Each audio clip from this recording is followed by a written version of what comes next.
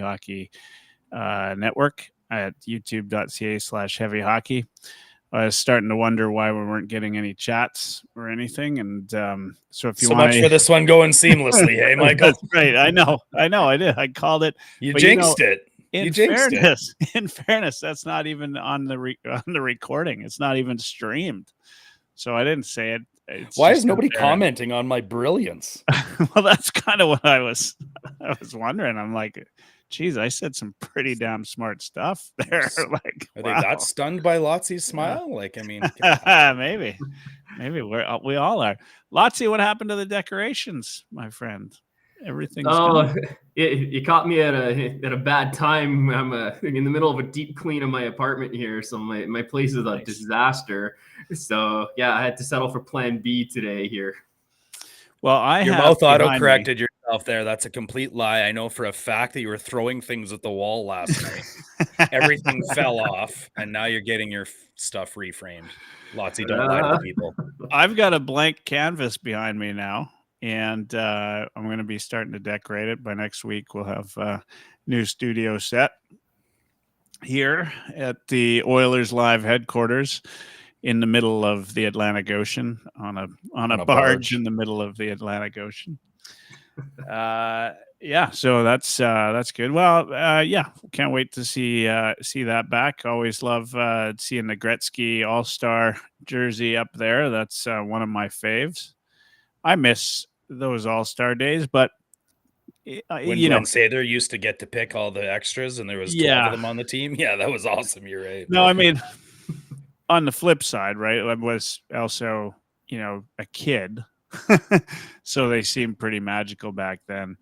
I would love to talk to somebody that was an adult during those days. And if they, had the same sort of love that we had as kids. Yeah. Yeah, I don't, we've probably asked McCurdy because he pretty much knows everything about Oilers past. So we'll have to ask McCurdy what his thoughts were about the All-Star games back in the day. But there were like all the Oilers. It was practically the Oilers versus whoever, right? Like there were always 4, 5, 6 Oilers. And we're always still guaranteed 2 As Oilers. There should be. As there should have been. Is there a team that... I don't know. Somebody will have to research this. Is there a team that has had more All-Star participants than the Edmonton Oilers? Maybe the Montreal Canadiens. How long has the All-Star game been going on? Yeah, that was going to be my next question. Depends on how long they've been doing the All-Star game for. If it goes back to the original 6 days, then yeah, Montreal probably would take the cake. I don't think it goes back that far. Do we have they used to announce an All-Star team, like first All Team, second All-Star team, but I don't think. Oh yeah. First ever All-Star game was in 1947. So, I would wager a guess that since the Oilers have been in the league, they've had easily the most participants. Probably fair. I can't think of. I mean, even in the time, like even in the decade of darkness, we still would get 1 or 2. Right. Well, and they started regulating the rules. Like you had to have one guy from each team at a minimum, right? So I don't know how long ago they did that. I think that's within the last 10, 15 years. So like it was kind of my childhood, kind of 90s, early 2000s, where you'd get people like you'd have multiple representatives from teams. Some teams wouldn't have guys, and like the 90s Oilers obviously didn't get many, but just with how stacked those 80s teams were and how many guys were on those all-star teams, so you can make an argument for that, Michael. Yeah. And for those of you listening in on iHeartRadio or TuneIn or wherever you're at, the reason we're talking about this is our co-host Dash has a beautiful 99 Gretzky to represent. How many episodes you've been on, Dash? Oilers Live? 99. That's how us Edmontonians celebrate the century mark. So I am only now, by the way, putting that together. Like I am talking about the jersey. I knew it was 99, and only now. Wonderful. There you go. Good. Wow, good tribute. Good tribute to the 98 other times I made a mistake in my life. Yeah, well, there you go. Word is on the street that Jim Matheson was really upset with my 98th appearance. So. That's right. Yeah, I heard that too. Yeah, you should have Puljujarvi. Yeah, up there. That would have been awesome. He's got 3 goals, as many as Connor Brown. Yeah, two in his last 2 games. Like, I don't know if you saw the highlight of that shot he took last night, but that was a ripper. Like, top of the face-off thought. He's done that before. Yeah. He can shoot, right? Like, that's why I was excited about the kid, because he could shoot, but he just had problems getting that shot off in NHL games. But he had time and space on that one, and he put it where he needed to put it. Although I will still say that I remember, like, was it not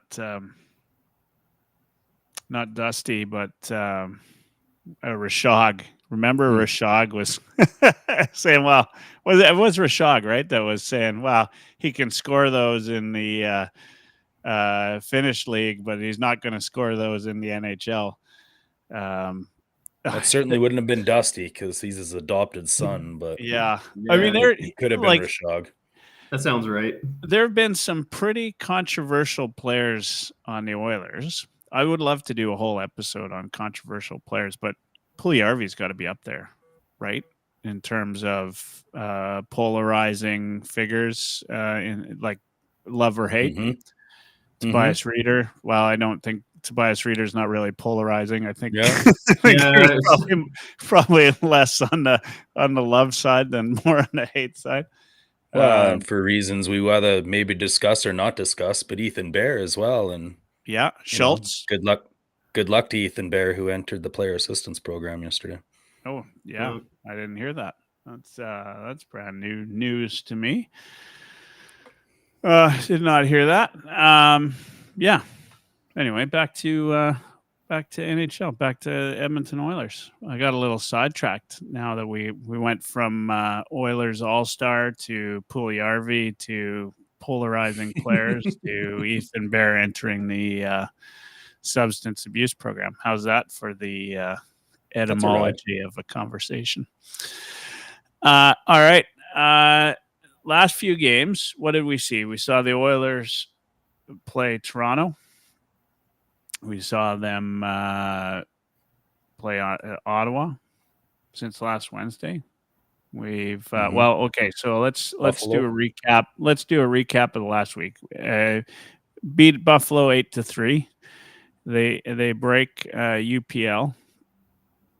Then they go into Toronto and lose 6-3, lose 5-3 to Ottawa, and then last night win a thriller in OT.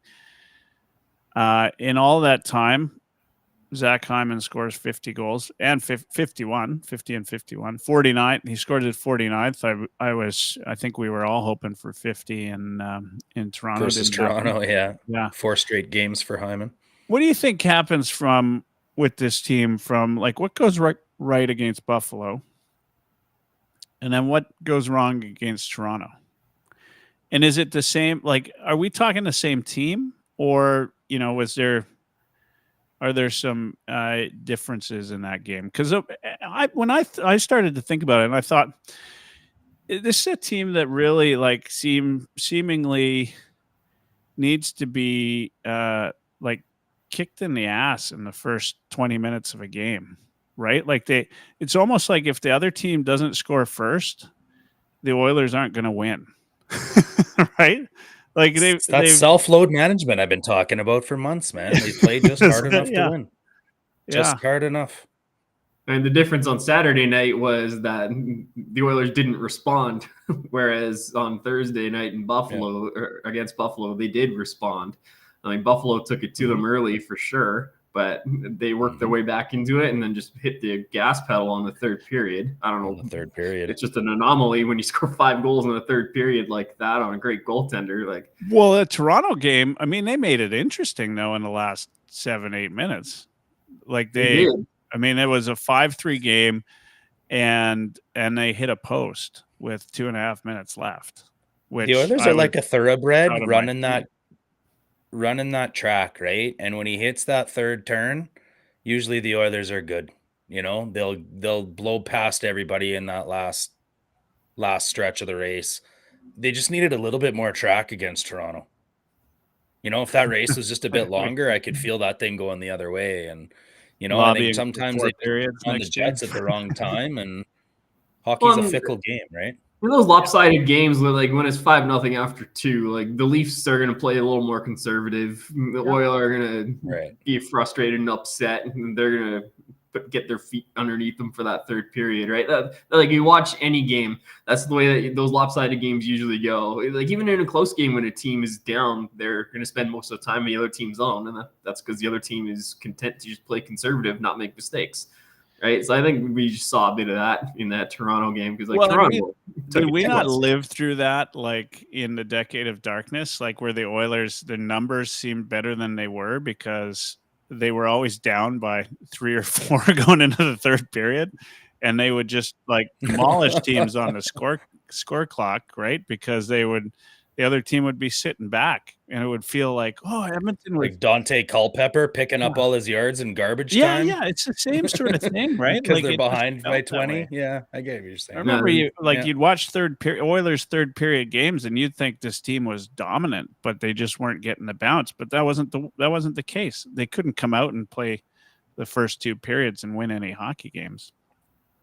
Now, though, you sit back at your peril against this team, right? Like they are capable of a 5-goal period like that. There was no doubt in my mind that they had the opportunity to come back against Toronto. If it wasn't the Oilers, I probably wouldn't have watched the third period, right? Like this version of the Oilers is what I mean. Like if it, if there's a team that just wanted Hyman to score his 50th. Well, and Hyman scoring his 50th was enough. Was in the cards. You guys watched the Ottawa game. I don't know if neither of you would have been in attendance. It was in Ottawa, but you would have watched with Jack Michaels and Louis DeBrusque. I got to watch with McLennan and Gordon Miller. It was interesting to hear, the different bias, right? I know and Louis kind of alluded to it in the last game, was he felt like the Oilers got missed on some calls in the Ottawa game. How did you guys see that? Because to be fair, on the Ottawa broadcast, which is what I got out here, I didn't get any of that. Like there was no McLennan or Miller weren't saying, that wasn't a call, right? Whereas I understand DeBrusque, there were a couple times where he was, saying, wow, I wouldn't, your thoughts, like, did it seem like the Oilers? Lotsy, go ahead. Calls? The second one I thought was a little more 50-50. Like the first one I was okay with, but the second one, I can't remember who was in the race with Darnay, but it looked like the Ottawa player touched it and puck's going by him, and Darnay kind of rubbed him out a little after the play. So it was one of those, there's a brief period of time where you're allowed to make contact with the player, but I guess the ref thought he either didn't touch the puck or waited too long to make that contact. So that was 50-50. Like I wasn't up in arms over it, but it could have gone either way there. What do you think, Dash? Well, on Sunday I was half distracted because the game was on, but I was at Spencer Love's birthday party from Love Pro Wrestling. And I could only kind of watch the game and catch little bits of it. So I didn't have the full perspective from the Ottawa game. That said, in our Heavy Hockey World Famous group chat, Ragu said that the officiating was awful, so that must be the facts. That must be the case. Yeah. You can always count on a couple of saucy comments around the reffing. Here's what I thought. I mean, this is it is interesting. I do enjoy getting different commentary once in a while, right? Because you do get, you get used to guys like, DeBrusque, who, whether these guys are or not, and I think Jack and Louis are pretty good at hiding their, allegiance. Maybe more so Louis than Jack. Jack's definitely a homer, and Stauffer is like extra homer. That's what I was going to say. I listened to some of it because I was driving back and forth, and I'll tell you, Stauffer will give you his opinion. Oh yeah, so. Yeah. I mean, nobody was like thrilled. Rod when Rod would call a game. Like it's like if you were listening on the radio, it felt like every Oilers player was being chopped down, and I can't believe the referee missed it. It was comical. Well, Stoff's got his pet peeves. It's like the refs dropping the puck. So you're, trucking along the Henday listening to Ched and you drop the puck,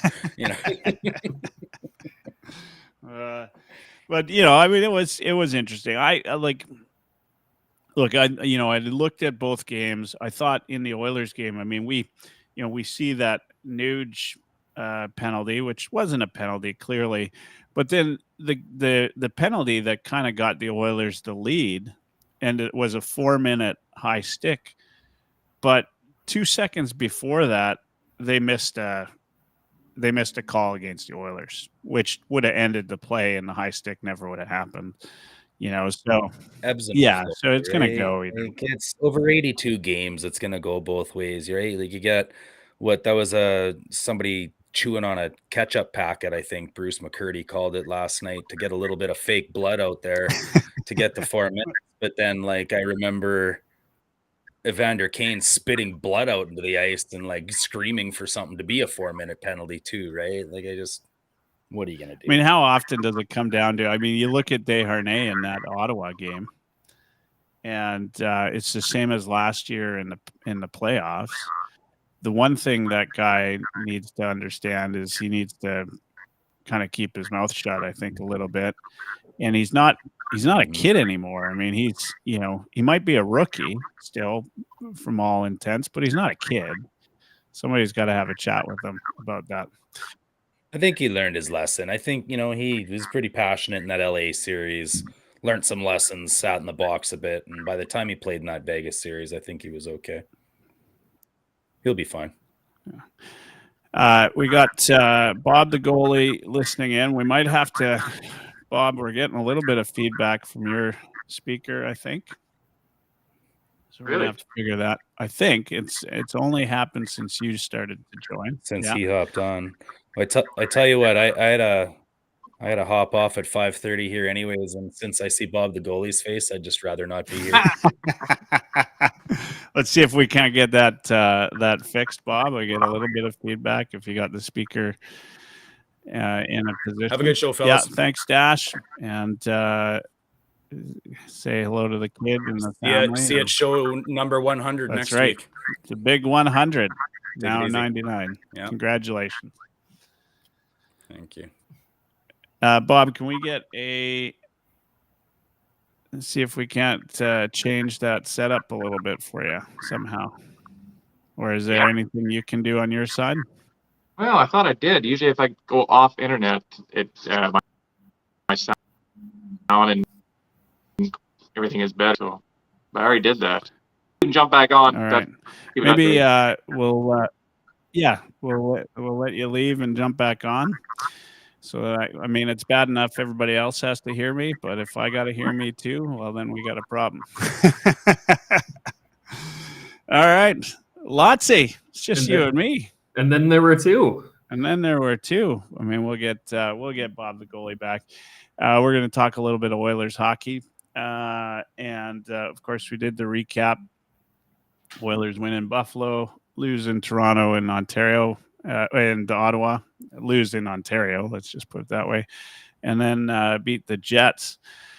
I mean, the word on this team all season long, right, is that they can't beat the hard teams, right? Like they can, come and play and I mean, what's your thought on this? I mean, I look at this, they. Like if you look, I don't know who they expect the Oilers to, who are the teams that they expect the Oilers need to beat in order to be considered a team that can play against the difficult teams. Like they beat Boston. They took the Avalanche to overtime. I know that they lost to Toronto, but like that's one of those games that gets out of hand early. And, there's just not much you can do about that. They beat Toronto the last game. So they, 1-1 against, a top team. Is there any truth to the Oilers can only play against the bottom half teams, or what's your view on this? I think a lot of that comes from the fact that the schedule that they had during the 16-game win streak was on the easier side. And then, the record's pretty even against those top teams you're talking about. Like I think they split Boston, Colorado. We've only had one matchup against them so far, but that's an OT loss. And you go back a few years with Colorado, and they've gotten us in overtime a few times, and they swept us in the Western Conference Finals. So I think there's that little mental hurdle that the Oilers need to hop over, and I think people need to see them hop over before they get fully on board. But I don't see it that way. Like my concern that I've noticed is that the Oilers are struggling against fast teams. Like Toronto's a faster team, but we struggled this time. Like we lost that Columbus game a little while back.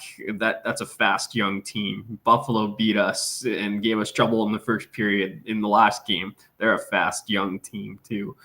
So now we're the oldest team in the league, right? Like Ron McLean was saying on the Saturday night broadcast that we're second in the league in 32-kilometer-an-hour bursts or more, and that makes us a fast team. But I don't necessarily see it that way. I see select guys on our team that are fast, but I don't know that our team speed is up to snuff with some of the teams like Colorado and Toronto.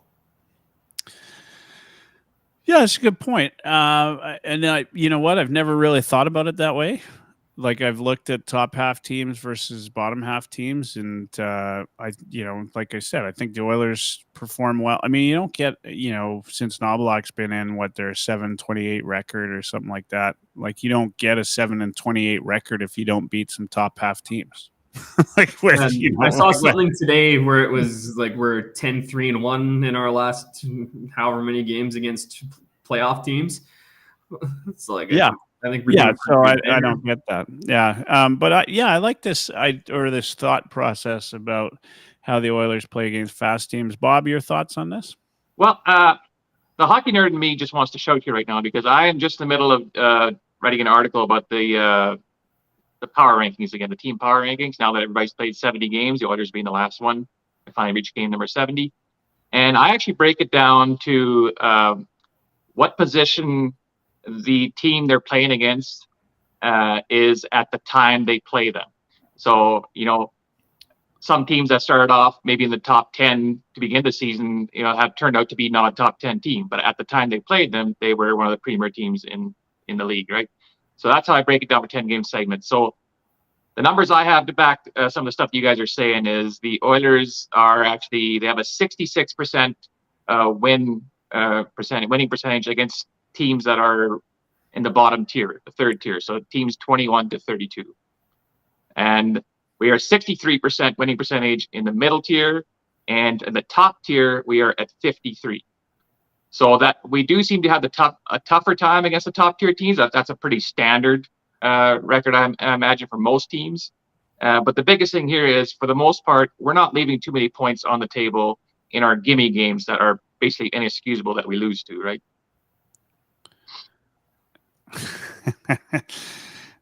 Clearly some fans in the chat, Bob. That's good.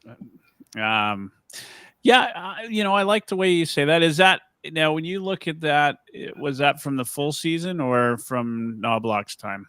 No, that's full season. It's a good point. And, had you given me a heads up on what we're going to talk about, I probably could have narrowed it down to Knoblauch's time. But we're not going to point out your deficiency as a guy who's prepared for these events. That's fine. That's not the point. That's not the point of this episode. That's right. Well, I am 100% when I've got good guests. So what you're saying is we're struggling this episode, or no, we're struggling every episode. All right, what's your thoughts in terms of how Lotzi looks at it, which is the Oilers against, fast teams versus slower teams. I think that's sorry, before you get to that, and what are your thoughts in terms of, are the Oilers a fast team, or is it just limited to the top half of their team? Well, I think if you go by that mindset, and there's hardly anything that Lottie says that I disagree with, so I'm pretty much on board here again with the. We're not going to get a big back and forth thing going here, pros and cons, but as much as they say the Oilers are one of the fastest teams, Lottie makes a great point in saying that we have a select few players that are really fast, and that kind of makes us look like a fast team. I think the same thing goes for when you talk about the Oilers being the oldest team. It's a select few that are, the plus players, and the rest of our core is still right in the prime of their career. So it's really tough to really, gauge that as being a definitive. When it comes to us defending against fast teams, yeah, bang on. I mean, and Colorado points that out to us. Toronto did it too, especially guys like Desharnais is still the D-man that I struggle with the most.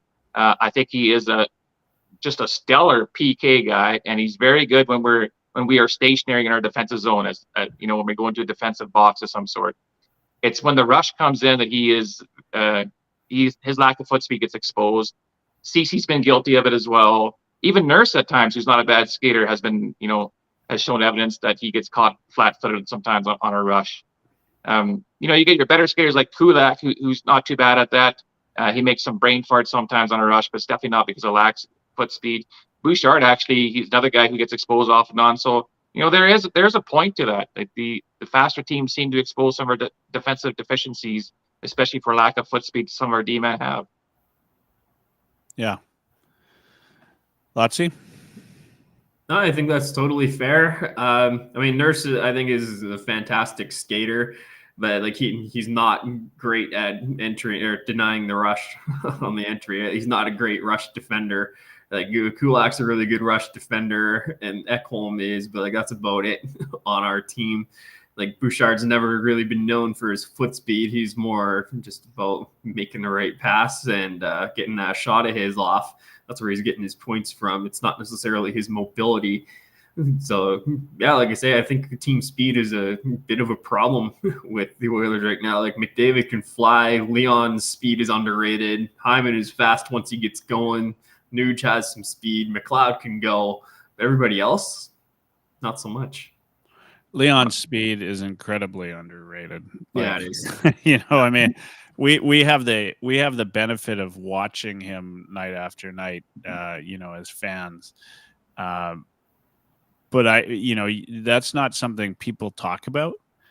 But I think you could count, one or two times a game where he enters the zone, and he's, and actually I think that's something where the panel, the Sportsnet panel, should address or put the little marker on him, because when he wants to enter the zone with some speed, he gets it going. I've seen him outskate a number of players in the league.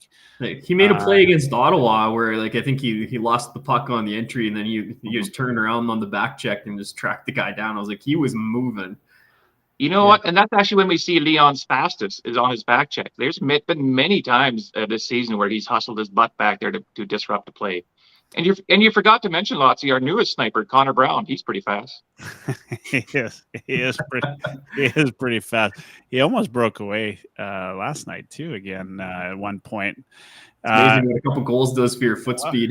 Yeah. Well, you were evident of that in the heavy hockey game there, Lotsie. That's right. That's right. We won't talk about speed and the and the showdown though. I want to touch on something briefly here that you mentioned about our defensemen. You mentioned the name Ekholm, which is, obviously he's one of our premier D-men, but he's not really a guy that has, that much more foot speed anybody else. But he seems to be really good at the angles or his gap control or what have you. This would be something you'd hope for a guy like Nurse could kind of emulate a bit more of, because their foot speed is probably very similar, but yet Nurse seems to get beaten more often on the rush than Ekholm will.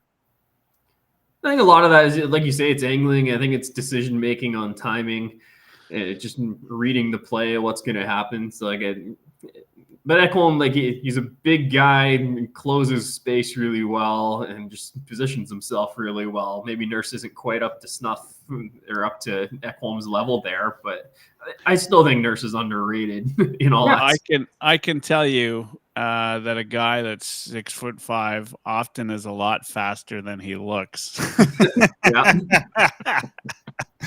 But in fact, there's, I joke because I'm also 6'5", but we've seen that a lot with really good players in the league that don't seem fast. They tend to be taller guys. They don't have to move with the, short, quick strides, to gain as much ground. And so I suspect Ekholm's a lot faster than we give him credit for, but his angles and everything about how he plays the game, he's just a smarter player, right? Like he's hard to get around, right? And if you can't get around him, then you certainly don't need the same level of speed. Well, a guy that big, you beat him once, and he just turns around, and then you got to beat him again. Like you got to beat him 3 times before you've truly beaten him. Like Darnay, yeah, his foot speed isn't there, but he's so long. Like you got to beat him 5 times before you truly. Chara was the king. Chara was the king of that. I mean, there's so many times where he would get skated around, he just swing around with his stick and just knock the puck right off the guy who's already 3 feet by him. Like he just timed that. He just timed that well. Yeah. Some stranger says Oilers can't keep up with the Avs in terms of speed. Thoughts on that?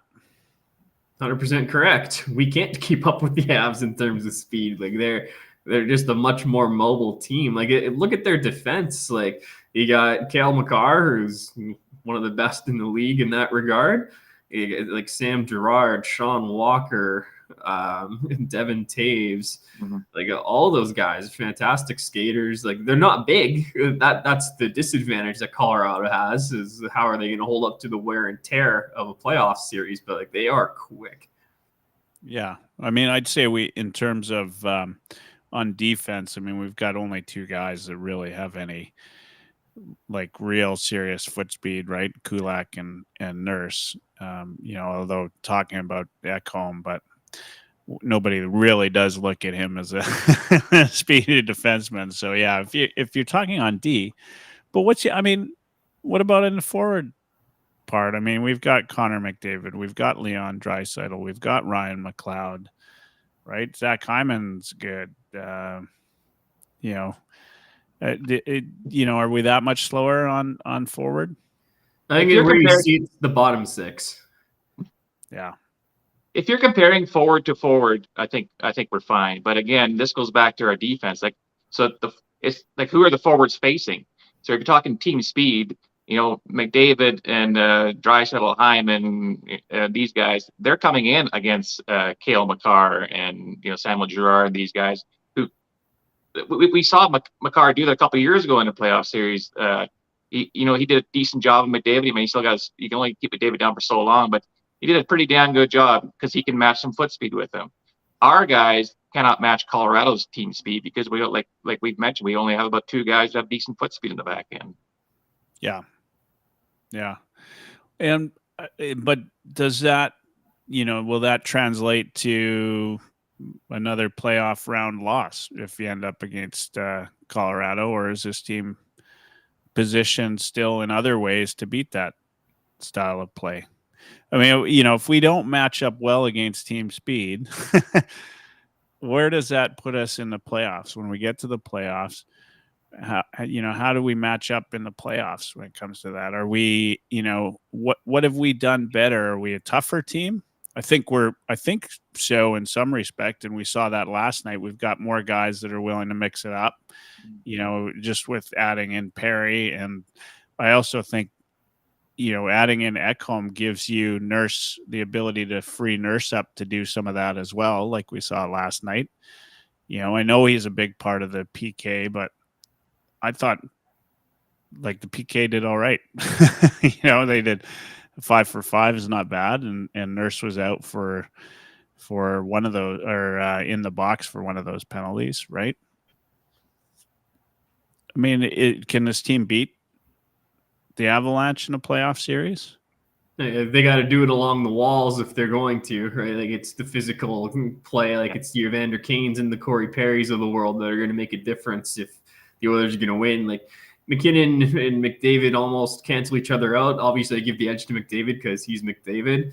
And Leon's better than Rantanen. So like I think our top end talent is better than what Colorado has, but I mean, they've just got more speed throughout their middle six and bottom six. So like we have to rely on our bottom six to not get caved in, which they've been holding their own okay, but they don't produce. And like, yeah, I don't know. They're going to struggle on that, but like we can't shoot ourselves in the foot the way we did early in the season with all those transition goals against. Like they have to make conservative decisions in the neutral zone and at the offensive blue line so as to limit Colorado's speed and their chances off the rush.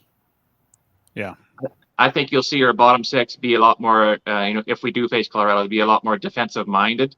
I doubt you'll see as much guys jumping up on the play to try and create some offense and just concentrate on shutting down some of the high flying guys.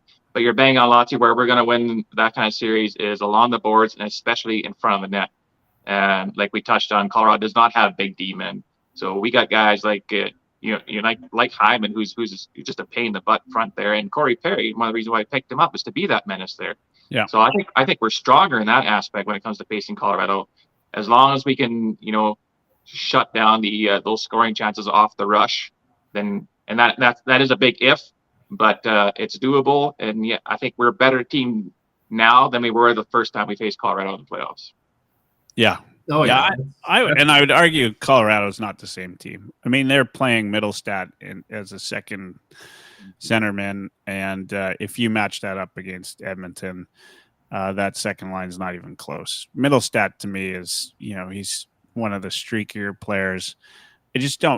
I didn't love that pickup for Colorado. I mean, I don't think it actually fixed the problem that they have, which is depth of talent on forward. I think in terms of the Oilers and that top tier talent, like there's not many teams that can compete with that when you have when you put Draisaitl on that second line. We're going to talk about it before we go off air tonight, but Evander Kane. Right. We're making fun of this, or at least I am having fun with this Connor Brown piece as our new goal scorer. But Evander Kane is now 15, 16 games without a goal. Last night was maybe the most engaged we've seen him. It took a quote unquote maintenance day in order for him to seemingly find, some of his zest to get involved in the play. Maybe that was his best game in the last at least 10 games, I would say. He didn't get on the score sheet, but he did get a breakaway and up against a top level goalie, so you can give him a bit of that break. Yeah, I honestly didn't even notice he was out of the lineup on Sunday. Like I didn't even notice it. Yeah, it's true. I mean, that's a fair statement, right? Like he's just not been great. Whereas he was noticeable last night, or in my mind. Your thoughts, Bob? Yeah, well, 100% he was, and as much as he wants to be disgruntled about having sat, and I'm glad he is. I mean, you want to be disgruntled that you're sitting. Maintenance day or not, obviously by his impression, it didn't seem like it was very much maintenance oriented. But he tied for the team lead in shots, and he was throwing his weight around. He was a menace in front of the net, and he had that breakaway. So yeah, I thought he looked a lot more engaged. He's a 20 plus goal scorer, and he's a really bad slump right now, and people are shitting on him for not producing. You're not just going to throw away a 20 plus goal scorer. And he's also built for the playoffs. So let's hope he gets some sort of a resemblance of an offensive touch here shortly, right before the playoffs goes, and then he'll be a dangerous asset that we need. Well, he plays better when he's engaged, right? Like when he's, he's not he can't be a fancy player, right? Mm-hmm. Like he's got the capability and the talent to be, but that's not what gets him by in games. Like he needs to be involved. He needs to be, maybe not, maybe a half step below a Corey Perry level of involvement. But if he's involved like that, like he was last night, where he's, a bit of a menace, I mean, that's when he scores goals, right? Mm-hmm. Like that's when he starts putting the puck in the net, and he just seems to play better when he's mad. It's just unfortunate that the only way to get him mad, it would seem, this year is to sit him out or bench him, right? It's like Kane, yeah. he got healthy scratched December. No, sorry, not healthy scratched. He missed December 30th with a bit of a groin injury. And then it was an interview January 18th where Jason Grigor kind of asked him about any nagging injuries. Like, are you looking forward to the All-Star break? Are you feeling good? And Kane was just like, I'm feeling good. But like, it was a very short and direct answer. So like, we know he's been dealing with some stuff. I don't know what exactly. But his half season splits here are kind of interesting. Like he's got 21 goals right now. 14 of those goals occurred in his first 33 games, with all of which kind of took place in 2023. Game 34 was in 2024. But he's only scored 7 goals in 35 games now since 2024 happened, like ever since we turned into 2024. And he's only scored in 4 out of 35 games. Like he's got a hat trick against Anaheim, and he's got a 2-goal game against Arizona. So like he's only scored in a total of 4 games. He had a 15-game streak where he didn't even get an assist, which tells me like he's not involved in the offensive play very often. And now he's currently on a 16-game goalless drought. It's like like you look at the season-long numbers and they're not that bad. They're what you'd expect from a top 6 forward, albeit a low-end top 6 forward. But they're not what we expect from Evander Kane. And the second half of the season has just been awful. Now, this is purely speculation. Maybe you have the answer in front of you. I'm not sure. But has he played more on the bottom 6, like third line or so in the second half as he did in the first half? I don't know what the exact splits are, but like especially lately, he's been playing on the third line a lot more. And like under Knobloch, like he's, what did I say in the article here? I'm gonna find it for you here.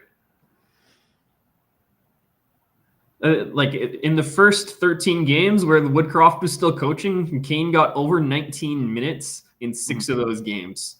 And it's only happened 5 times in 55 games with Knobloch now. And only one of those has happened in the new year. So like Knobloch definitely hasn't been given him as much of an opportunity as Woodcroft did. But at the same time, you got to earn your opportunity. Like you can't justify playing a guy higher in the lineup if he's not producing, right? So there's the accountability bit that Jeff Jackson talked about with Knobloch during that introductory press conference. And it was part of the reason why Woodcroft was let go, because Woodcroft refused to hold guys accountable. And Holland had talked to him about it multiple times, but he refused. Well, that's something that Jackson specifically praised about Knobloch. So like he's giving Kane a reduced role. Like the PK thing is a bit of a thing. Like he's not killing penalties this year, but that only works out to like 40 or so seconds a game. That's not multiple minutes just due to not playing PK time. Like he's not getting as much 5-on-5 either. So what comes first, the chicken or the egg, right? Like, do you blame the coach for not giving the player the opportunity, or do you blame the player for not doing anything with the opportunities that he has been given to warrant getting more of an opportunity? Well, and I mean, we see like nights like last night where Kane seems to be in everybody's face, like times like in the playoffs where, he's blowing kisses to the fans. Like that's the kind of Evander Kane that when he's fully engaged and the other team hates him, right? That's when he's best. And right? When have you seen that this year, though? Yeah, we haven't. I mean, last night was maybe the closest we've seen, and then the game where he, was the game after he got benched early in the season, and he came out and went out and had a fight, and that was maybe the best stretch of his whole season was after that. After he got benched, I think that was still Woody, right? Early on. Yeah, he was at his best early in the season under Woodcroft, and even the first week or so under Knobloch, he was still pretty good. Like he had that hat trick against Seattle, right? Yeah. It's like he was to Knobloch. I read an article where I think it was Spectre that quoted Knobloch as saying that he thought Kane was one of the best players on the team at the start here, but yeah, his role has just diminished.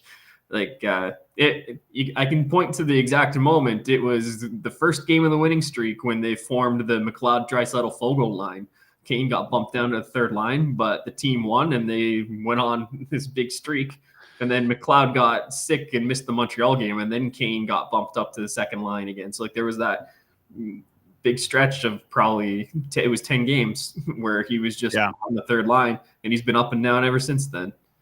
Well, and in fairness, I mean, it was more of a like you're not that line looked good together finally, and McLeod seemingly found his spot as well. He needed to be uplifted, and so Kane might have been a victim of circumstance there more so than a play thing, but he seems to right or wrong, I don't know, seems to kind of like get in a mood, right? Like, where he's not going to be the player that you expect him to be because he doesn't like where he's positioned in the lineup, or he doesn't, until you finally sort of push him over the edge and say, do something about it, which is, the maintenance day or the benching. And then he gets mad enough to do something. Like he's such an emotionally driven player. Not that every player in the league is, but he seemingly more so. I like Kane. Like when he's on, I think he's a hell of an addition to this team. And I would, I wouldn't want to see him go anywhere. Like I think, Bob's point was he's a good playoff player, good guy to have in the playoffs. And I agree with that. But I used to hate Kane, like watching him, not because he would be in your face, but I hated watching him play. Like when he was in Buffalo, and I've got a soft spot for Buffalo. I remember telling people like it was annoying to watch him play because he just didn't seem like he wanted to even be there. Like, and he didn't, as it turns out, but it didn't seem like he had the same enjoyment for the game that other players had.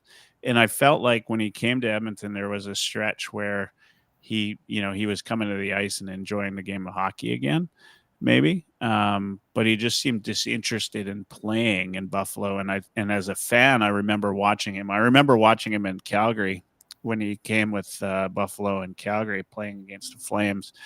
And even his teammates didn't really talk to him.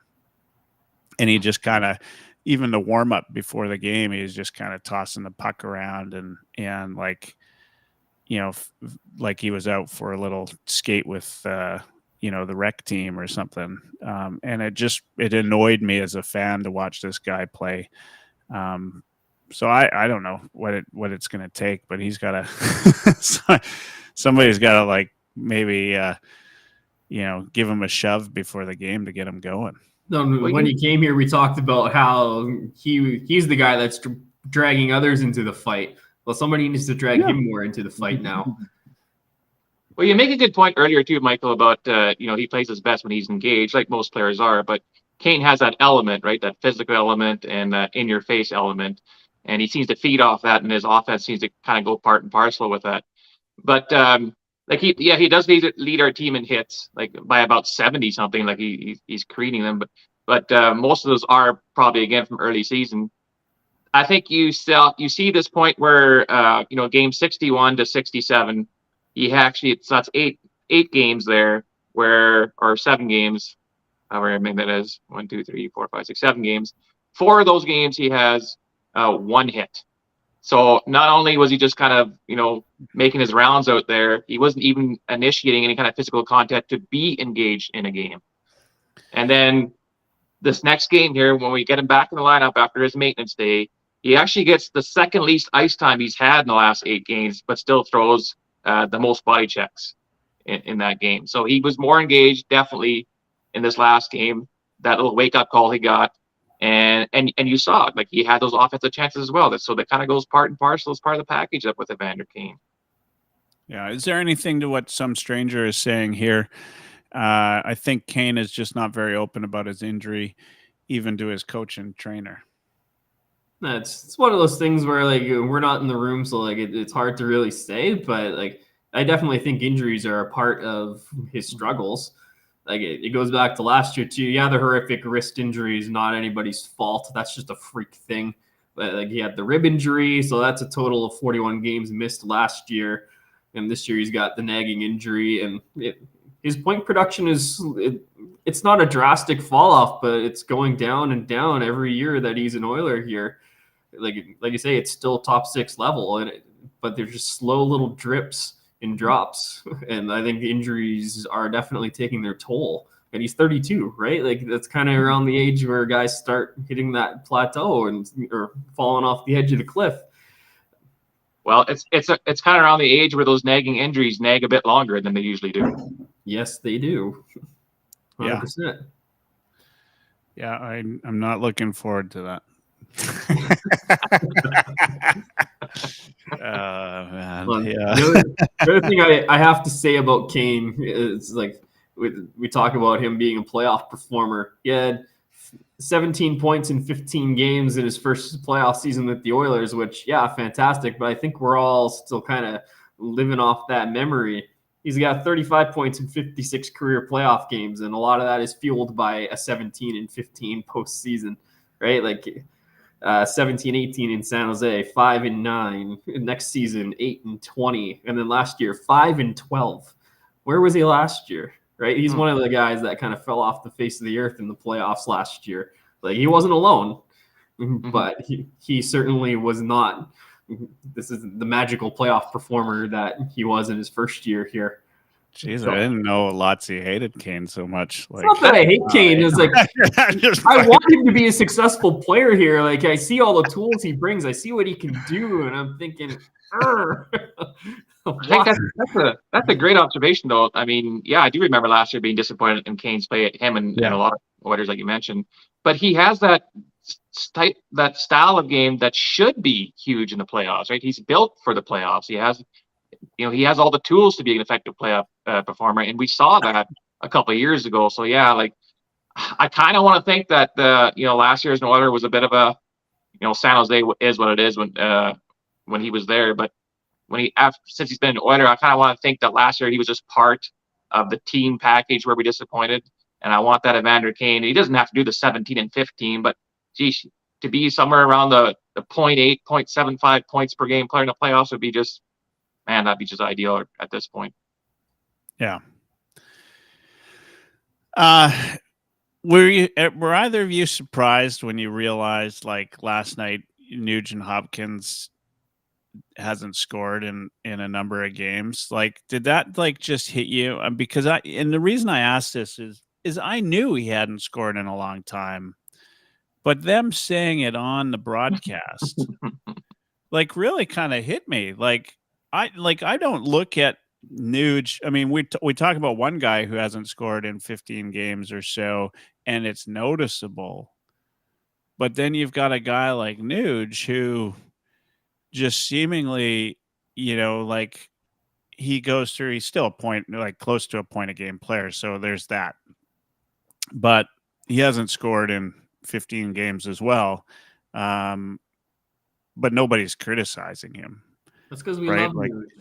Yeah, I know we love Nuge, but he's got a lot of value to the team. Like, when's the last time you watched an Oilers game and looked at Nuge and said that guy's not doing anything out there? Right? Yeah. Like he's involved in every play. He's making things happen. He's defensively, like he doesn't spend much time in the defensive zone because he's good at being a defensive forward. Like I just think he's we love Nuge and we love him for a reason. Like there's a guy that you don't get mad at because he doesn't do a lot of things to make you upset or angry. and he doesn't age. So you got to love that too. He's the sibling the parents look at and say, "Oh, it's okay. He didn't mean it. He won't do it again." Just he gets that. But am I wrong about that? Like, he just does everything really well. And I think Hyman touched on it post game as well. But it was just this like revelation to me that, oh, you're right. Like, he hasn't scored in a long time. But hey, like, it's that guy. I'm all right with it because he does everything else so well. Well, it's surprising considering he is in the number one power play unit. So that's part surprising me more than anything. I mean, last season for Nuge was a bit of an anomaly. I mean, it was fantastic. You get rewarded for all the work he's been put into, or maybe just because of his rich family upbringing. I don't know what but yeah, like, you see him, he's always putting in the work. He touches every aspect of the game, penalty kill, power play, and he's so effective in all of them. It is kind of weird to see that he hasn't scored. During that span, he got 7 assists, so he's still averaging, over half a point a game.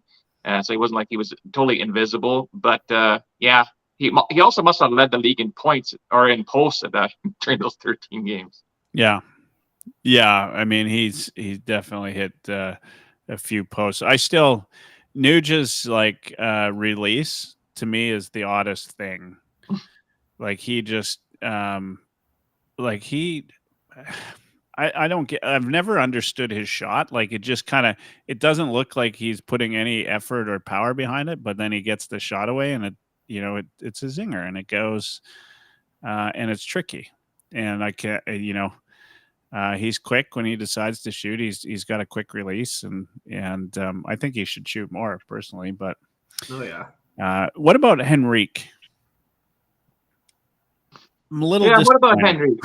A little disappointed. I mean, in fact, as Connor Brown's star is beginning to rise, Adam Henrique, there's just been, and I won't take anything away from any NHL player, but there's been nothing about Henrique that has enthused me yet.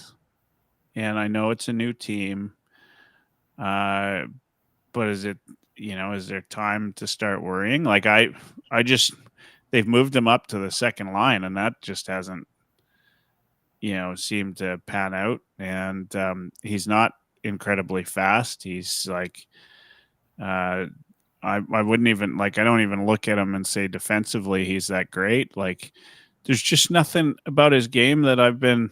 Like, it was Adam Henrique, almost like I was excited about this trade and I'm hoping to be excited still, but are you guys seeing something I'm not?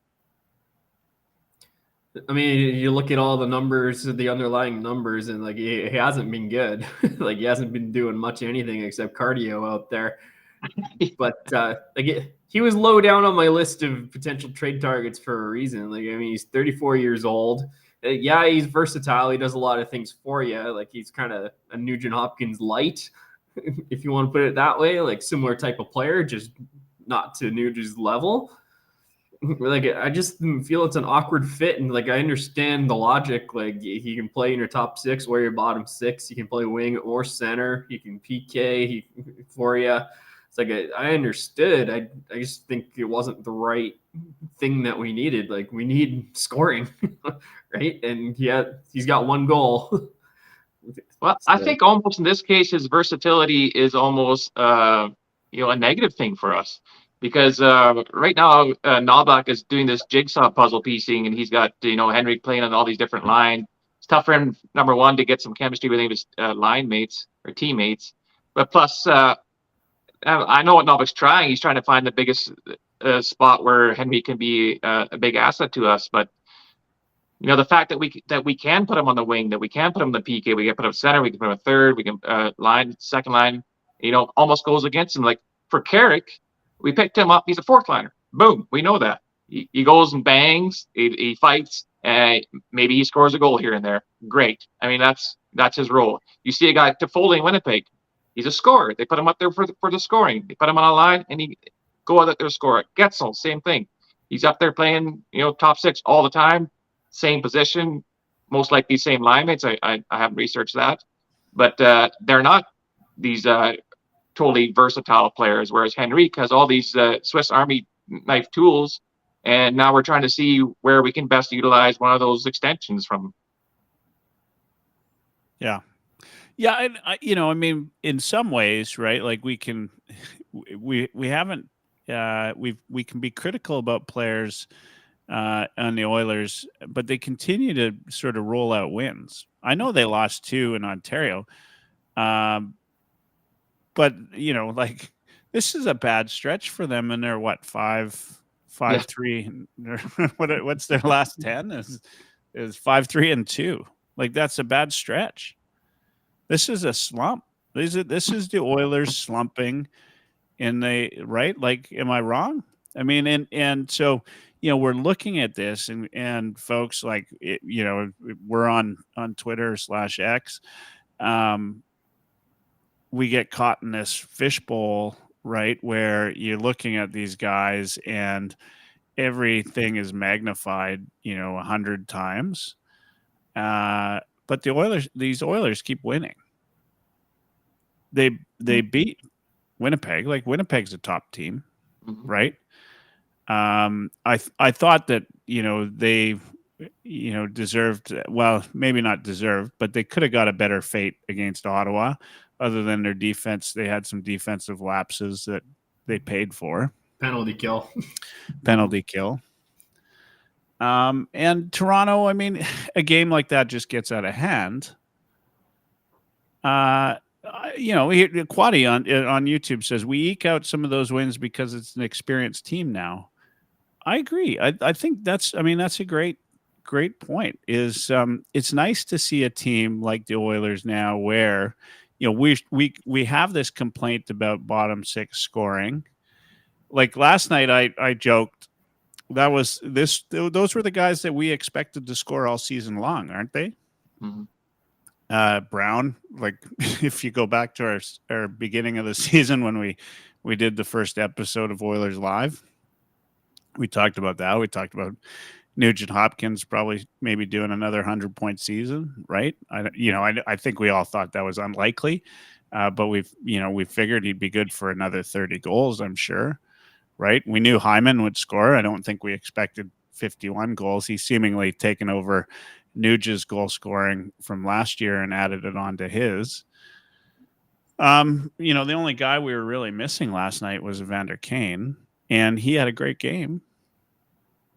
Are we being a little too critical of this team? I mean, it's just, now we're getting to this last 12 games of the season and we're really starting to think playoffs. Like every time I watch them play, I keep wondering like how is this team going to perform in the playoffs? And maybe for the first time in a long time, I just don't know. Right. I feel like they're really good. I feel like they've got what Quaddy said, this experienced team behind them. I love the fact, actually, I know like we talk about it in a negative perspective, but I love the fact that this is the oldest team in the league. Like I've wanted to, not maybe I don't love it, but I've wanted to look back and see like, how it compares to teams that have won the Stanley Cup in the last 10 years, right? Like we know that guys like Maroon and Perry and these these veterans are helping teams get over that hump, right? We've seen McDavid over the last 3, 4, 5 years seemingly mature as a player, right? And how he approaches every game. And we also understand McDavid does what what he wants to do. If he wants to score 60 goals, he'll score 60 goals. If he wants to get 100 assists, he'll change his game and get 100 assists. How's this team going to do when some stranger says offense is fine, same old issues with the team defense and goaltending? Goaltending's an issue? Is that what it's all comes down to? Let's get Dash back on. We can talk about goaltending. I'm like I go the goaltending. It depends on the night for me, how I feel about it. But I mean that probably could be said any season. You could probably have, any goalie in net, and you'd probably say the same. But well, that's almost a game-to-game basis for almost any team. Obviously, you're going to have a higher. Less of those games when you have a guy like Connor Hellebuck and that, but we saw that even a couple of years ago where he struggled mightily in the playoffs, and he was at that time already considered one of the best goalies in the league. So that's the nature of the position. I think I'm not worried about our goaltending. In fact, you can look at Calvin Pickard as being like almost like a trade deadline acquisition there. He's been way better than we anticipated. Connor Brown's like a trade acquisition, all of a sudden deadline acquisition there with his added offense, and who knows how many more he has in him here for the rest of this season, and he gets into a streak going into the playoff run. Well, he's starting at the right time, at least, right? Mm-hmm. Like, I mean, the concern was that we get to game 77 or 80 and he starts to score a couple goals, and then we're expecting too much of him in the playoffs. At least now we've got 12 games to kind of see, is he, anything close to what we expected? Somebody commented on my post that they thought maybe we should move him up the lineup. I think that's crazy, but is there? We could see that in the last 10, 12 games of the season. We can see it tomorrow with how often Knoblauch's changing lines right now. Yeah, yeah. He's seeming like, to me, it feels like he's looking for something. Well, right? He is for sure. Yeah. He is, and this may be the first time in Oilers history where I've been all right with that. I think I'd been frustrated, last year or any other year with the amount of line changes that seem to be happening. But I really feel like Knoblauch, it feels more like experimentation than it does, anything else, like just trying to find something as we go down the stretch. We can look at player performance all we want, and rightly so. I mean, they're the ones who end up telling the story that's out there. But when it comes to playoff time, that's where the real coaching takes place. So you're facing the same team for a minimum of 4 games, and so it's a matter of just adjusting and readjusting, adjusting and readjusting. I mean, this is where it's Knoblauch's time to shine just as much as the players. Yeah, if we're facing against a fast team, let's see what kind of adjustments we make defensively in our system or in our pairings or in our matchups or what have you to try and beat that. What about our forecheck? What about our neutral zone coverage? All this sort of stuff. Because other teams will adjust to us, we have to adjust to them, and it's just a matter of who can out adjust the next team here to get past that round. Thoughts, Lotsy? You're going to say something.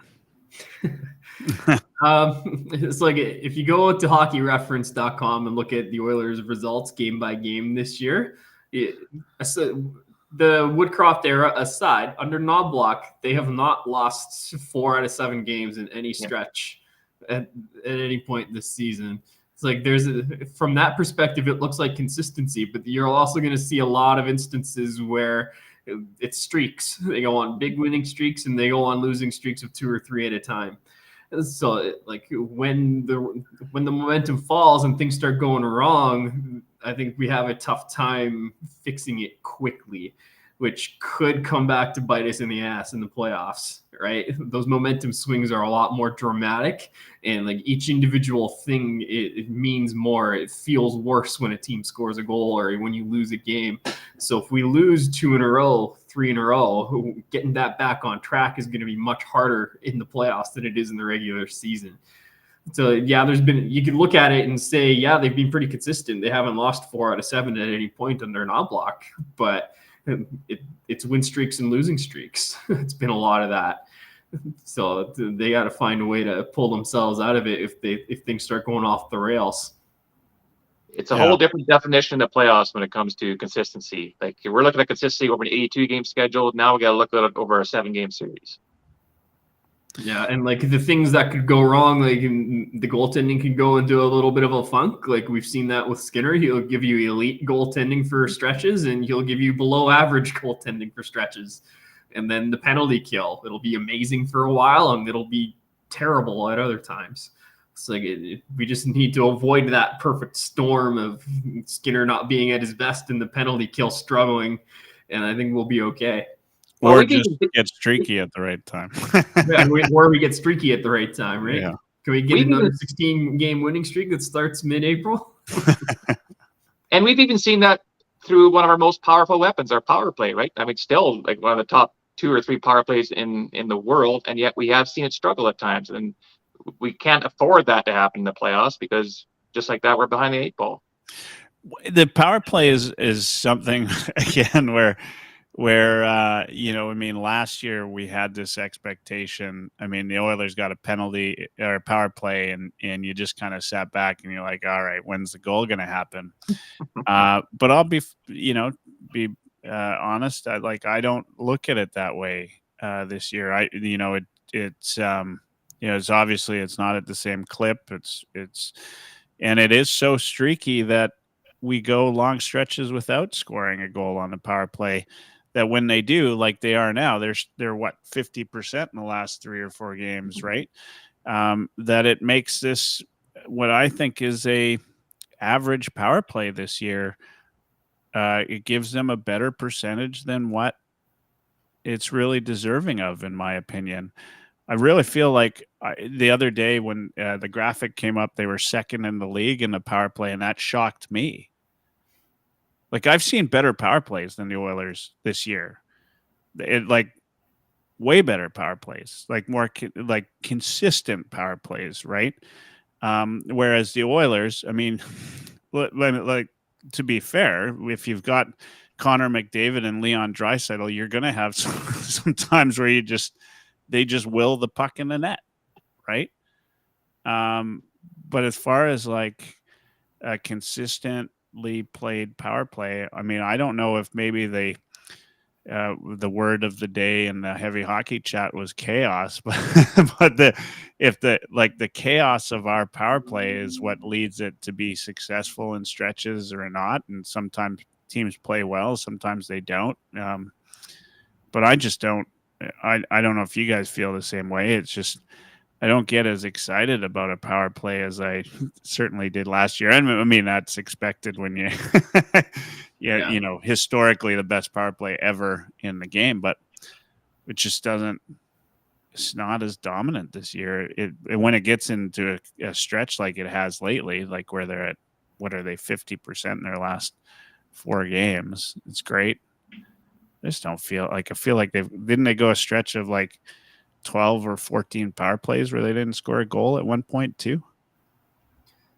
Yeah, I feel the same way. Like anytime you're going from the league's best all-time power play to the next season, it's obviously going to be a letdown, right? But so it isn't the same weapon as it was last year. But I think the thing that's missing for me, like you're right, the chaos. Like what happens is like a pass gets broken up or there's a shot on net and the Oilers are winning that race to the puck and they're outworking the opposition. And then the opposition's out of position and there's a broken play and then we get a goal. Like we're seeing a lot less of that this year. It's a lot more of they've added a few wrinkles. Like there's a few different looks that they've given, but they still try to force it to Draisaitl all the time, or a lot of the time. This is kind of amusing because you guys are bang on to begin with, so let's get that out of the way. I think it's kind of funny how we're having complaints about the second best power play. It is amusing. I agree. Yeah, I mean, we got a little spoiled last season for sure, and I was the same way when we watched last season. Like, okay, well, it's just a matter of time before we score this one, and then when we didn't score on the power play, we're like, well, that was a waste of 2 minutes. But now it's kind of like, let's hope we score, and it's the second best power play in the league. So imagine the other complaints from other teams. There's not enough truffles on my meal. Yeah, Quaddy says, luckily we are a better 5v5 team this year, so and not so power play reliant, which is a great example. I got upset on Saturday because it's like Simpson and who's this play-by-play guy on Sportsnet for Hockey Night in Canada? Cuthbert. Yeah. Like I just felt like it's the same stereotypes of the Oilers when you watch. I'm being out here on the East Coast. I don't always get Jack, and I don't always get Louis. And those guys, they know the Oilers. They watch them inside and out, but there's still that same stereotype of the Oilers that stay out of the box and you'll win the game, right? But that's not the case this year. So we're talking about winning hockey games earlier. And how, I think that's the thing that, and what part of the reason why the Oilers are winning some of these games this year, because you can't just keep out of the box and win a game against the Oilers this year. They've got, they're starting to score 5v5, and it is a bit of a different team. I feel like today we're sort of, it's funny, the past hour, it's like we're picking apart all of the negatives about what this Oilers team has. But, the reality is they, I think it's, I'm going to double check this. I've said it a couple times tonight, but they are a 7-28 team under Knobloch. They are the best team in the league since Knobloch took over. That's to be celebrated. Like you can't, that's the President's Trophy team. If you eliminate the fact they lost 15 games while Woodcroft was the coach, they have currently lost 23 total games, I believe.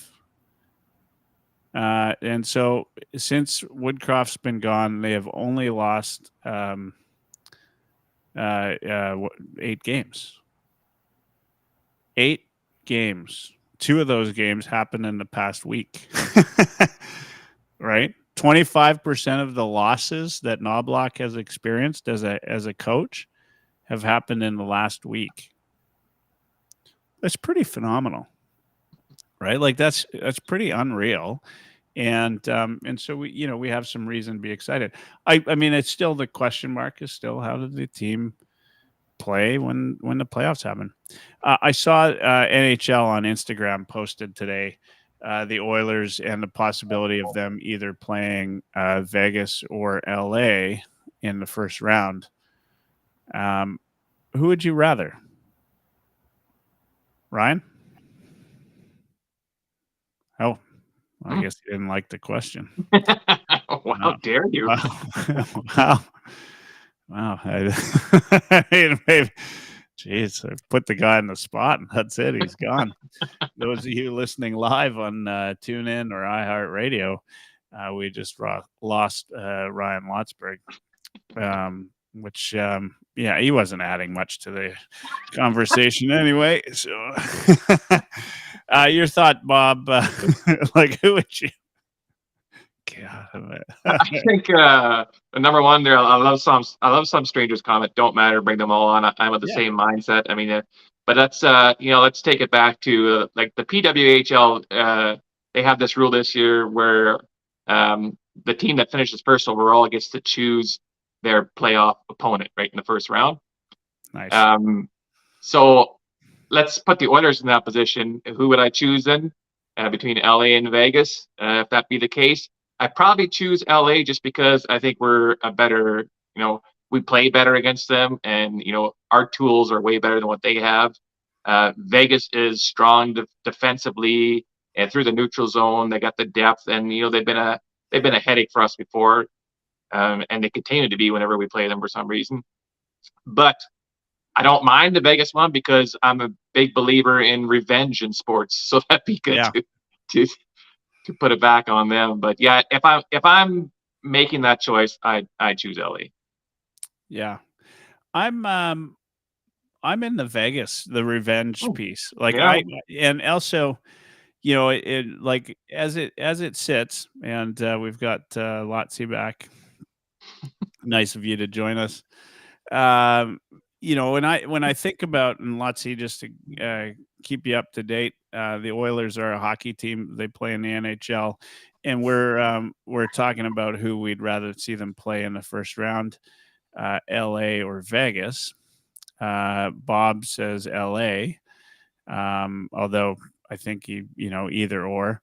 I kind of, the thing that I look at as a team is I want to play who I think I need to beat to get to the Stanley Cup. That's who I'd want to play in the first round. Like if in this case it'd be Vegas over LA. Like I think that's the tougher opponent because I want to play them before they get their before they get the momentum going, right?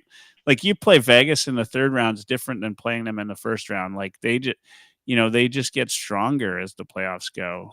Well, they're going to get healthier as the playoffs and go healthier on. In this case too, right? Yeah, like you're going to get assuming Stone comes back for game 1 of the playoffs, which nobody's going to be surprised. You're going to get him kind of at his like coldest as a hockey team, right? So that's kind of the way I view it. Your thoughts, though, Lotzi? My big thought on LA is like we've played them 2 years in a row and beaten them, but how many times in a row can we expect to beat the same team? Right? Like one of these times LA is going to bite us in the ass. 47 times, Lottie. That's how many times. I've done the research. 47 times we do. It's like, LA, their goaltending isn't quite what they would want it to be. And if they can, they've had their share of injury issues this year too. Like it's a deep team. They're annoying as hell to play against, and they're going to be motivated if they get us again, right? You think they don't want a chance at us? Right? Like you don't think they're upset about losing to us the last 2 years in a row? That's a good point. I mean, you're probably right. I want to say this has been the funniest of episodes for me because I started it early today. We started at 5 p.m. Mountain. We're on EdmontonSportsTalk.com, and thank you to Edmonton Sports Talk for allowing us to be a friend of Edmonton Sports Talk, Dusty and those guys. Absolutely great. They're on TuneIn Radio, which you'll find us. You can listen to us most of our episode on TuneIn Radio and most of our episode on iHeart. And so we started tonight on Edmonton Sports Talk, and I didn't hit the play button on the Heavy Hockey Network. So those of you that have tuned in on YouTube and Twitter didn't get to see us until we were actually about 15 or 20 minutes into the broadcast. We've now been about 5 or 6 minutes off of Edmonton Sports Talk. And typically I don't miss that time, and I sign us off. So, I was referencing when Ryan, when you decided to leave us for a moment, I was referencing to the folks on iHeartRadio that for those of you listening in, which turned out to be nobody on iHeartRadio because we weren't actually live.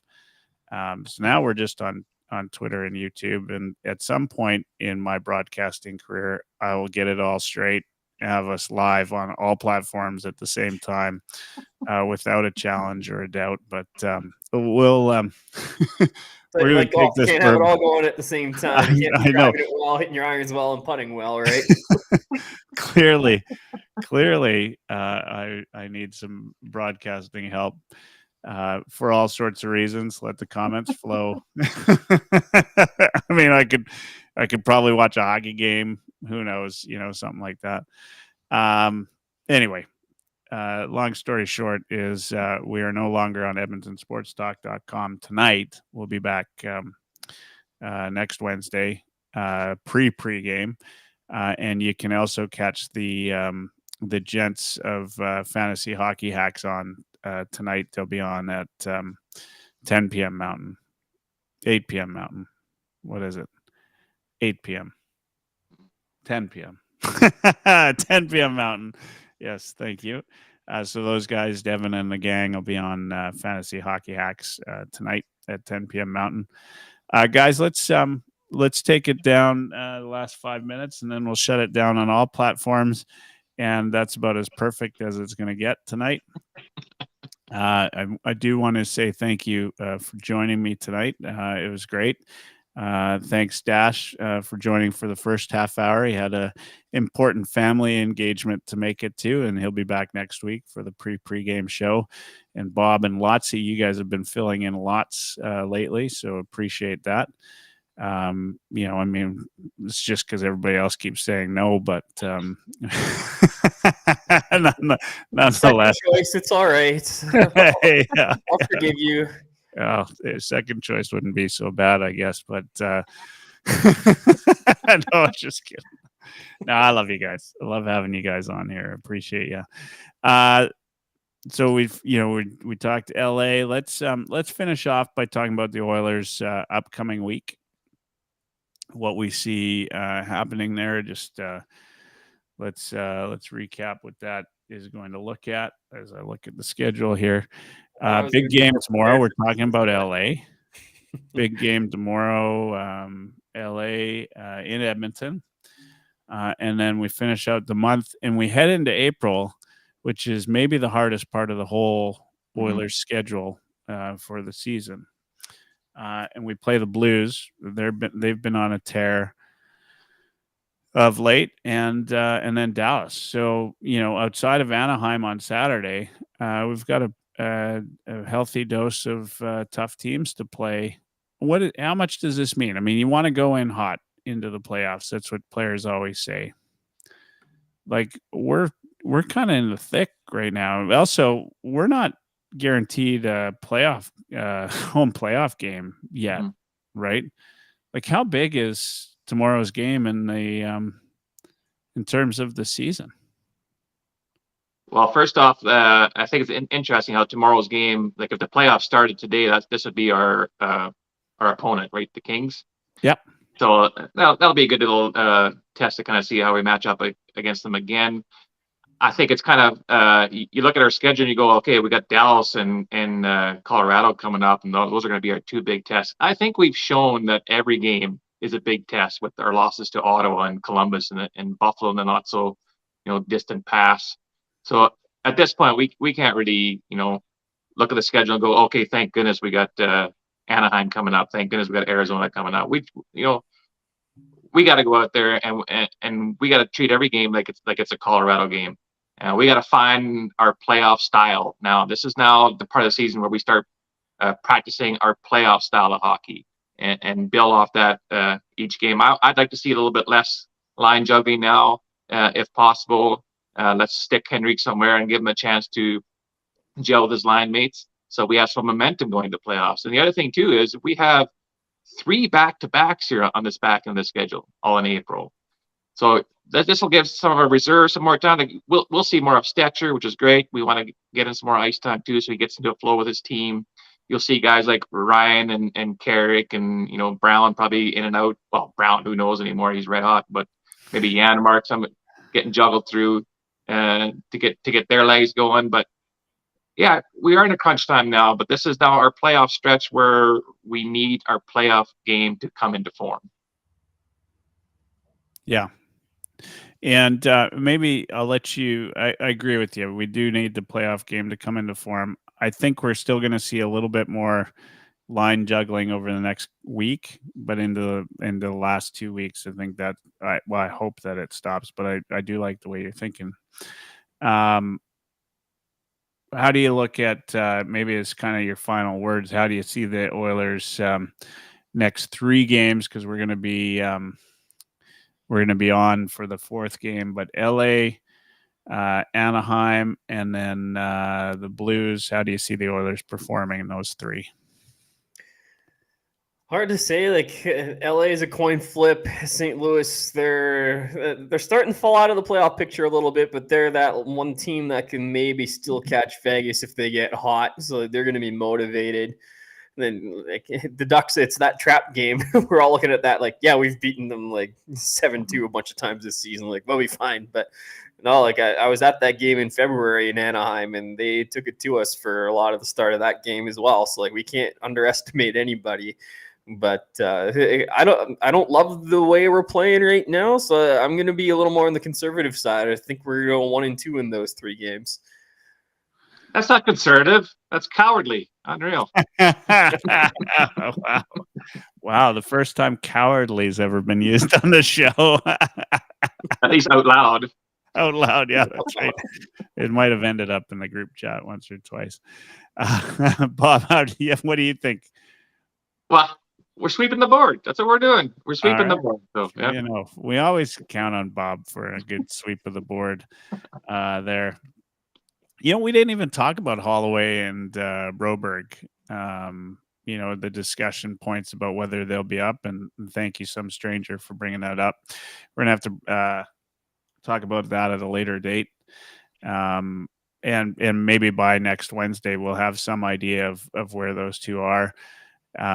I think it's, and maybe I'm wrong, maybe Bob, but I think it's safe to say Picard's going to be the guy going into the playoffs. He's been, even in the Ottawa game, I didn't think he was terrible. I thought he was hung out to dry a little bit on the goals that went past him. You know, he's been pretty consistent, so I'd keep him. I wouldn't change that. Although, to be fair, I haven't followed much of. I know Campbell's playing better in the AHL, but is he playing well enough to deserve a callback? I think he'll be the third goalie we call up. I think he'll be up in the box. You're right. Picard has deserved to stick with it. He's done more than we asked him to do. He's been a bit of a revelation for us. He's playing the best he's done since his second year in the NHL. So he's definitely in a groove right now. The Ottawa game was a bit. I didn't think he was that great. Yeah, we did hang him out to dry, but we could have used a save or two there. But that's going to happen. All in all, he's been a real bright spot. There's a couple of reasons why Campbell is playing well in the AHL, and also he has that experience and playoff experience. So this is a guy that we could stick in there if need be, if there's an injury, crunch time or that sort of thing. Much more so than Rodrigue could be coming in as a totally raw rookie. So I do see Campbell being up in the press box, looking down and enjoying the popcorn. Enjoying the popcorn. There you go. How is the popcorn at Rogers? Actually, I had it last time I was there, and it's not salty enough. That's all I'll say. And you're being salty about that. I was pretty salty about the saltiness of the Oilers popcorn. All right, guys, we're going to call it a night. Appreciate you. Appreciate those of you who tuned in. Good crowd on Twitter, good crowd on YouTube, and thank you everybody for tuning in. Again, you can listen to us most Wednesdays as long as the game doesn't get in the way. Pre-game, I didn't realize Soup got injured. Sorry, I caught. I'll have to look that up. So it's clearly I haven't been watching that, following that close enough, but we'll have to check that out. Thank you, and tune in. Obviously, at EdmontonSportsTalk.com every Wednesday at 5 p.m. Mountain. You'll catch Dash and I, and a healthy dose of times you'll catch Bob the goalie and Mr. Ryan Lotsberg. You can catch both their articles on HeavyHockey.com. Bob's putting out the 70 game rankings shortly, which I enjoy looking at. And in fact, I have loved every time you've done the 70 game rankings. They've been perfect. And Lotsy has always got a lot of articles going at HeavyHockey.com. The latest one was the Evander Kane reaction to his quote-unquote maintenance day. And I think you've got a couple more upcoming, if I'm not mistaken. We didn't at all talk about some of the commentary from Andrew Berkshire. But we'll have plenty of time to talk about that and dish on that on X or Twitter. Last word tonight, Bob. We'll give you a last word. Whoa, what an honor. I came ill-prepared, didn't write anything down. No, like you said, first off, I applaud the professionalism on this podcast, Michael. It definitely reeks of professionalism, so it's always good. But it's always no. It reeks, yeah, it reeks. It's always a pleasure to come on here and chat. And for sure, check out those articles. Lottie, I really enjoyed that Evander Kane one. But then there hasn't been one you put out that I haven't enjoyed, although I'm doing my damnedest to find one. So keep submitting them so I can criticize it. But yeah, my power rankings should be out maybe tomorrow or the day after, or I'll have them completed, and then I'll send them in to get posted, and we'll take her from there. So appreciate it, guys, as always.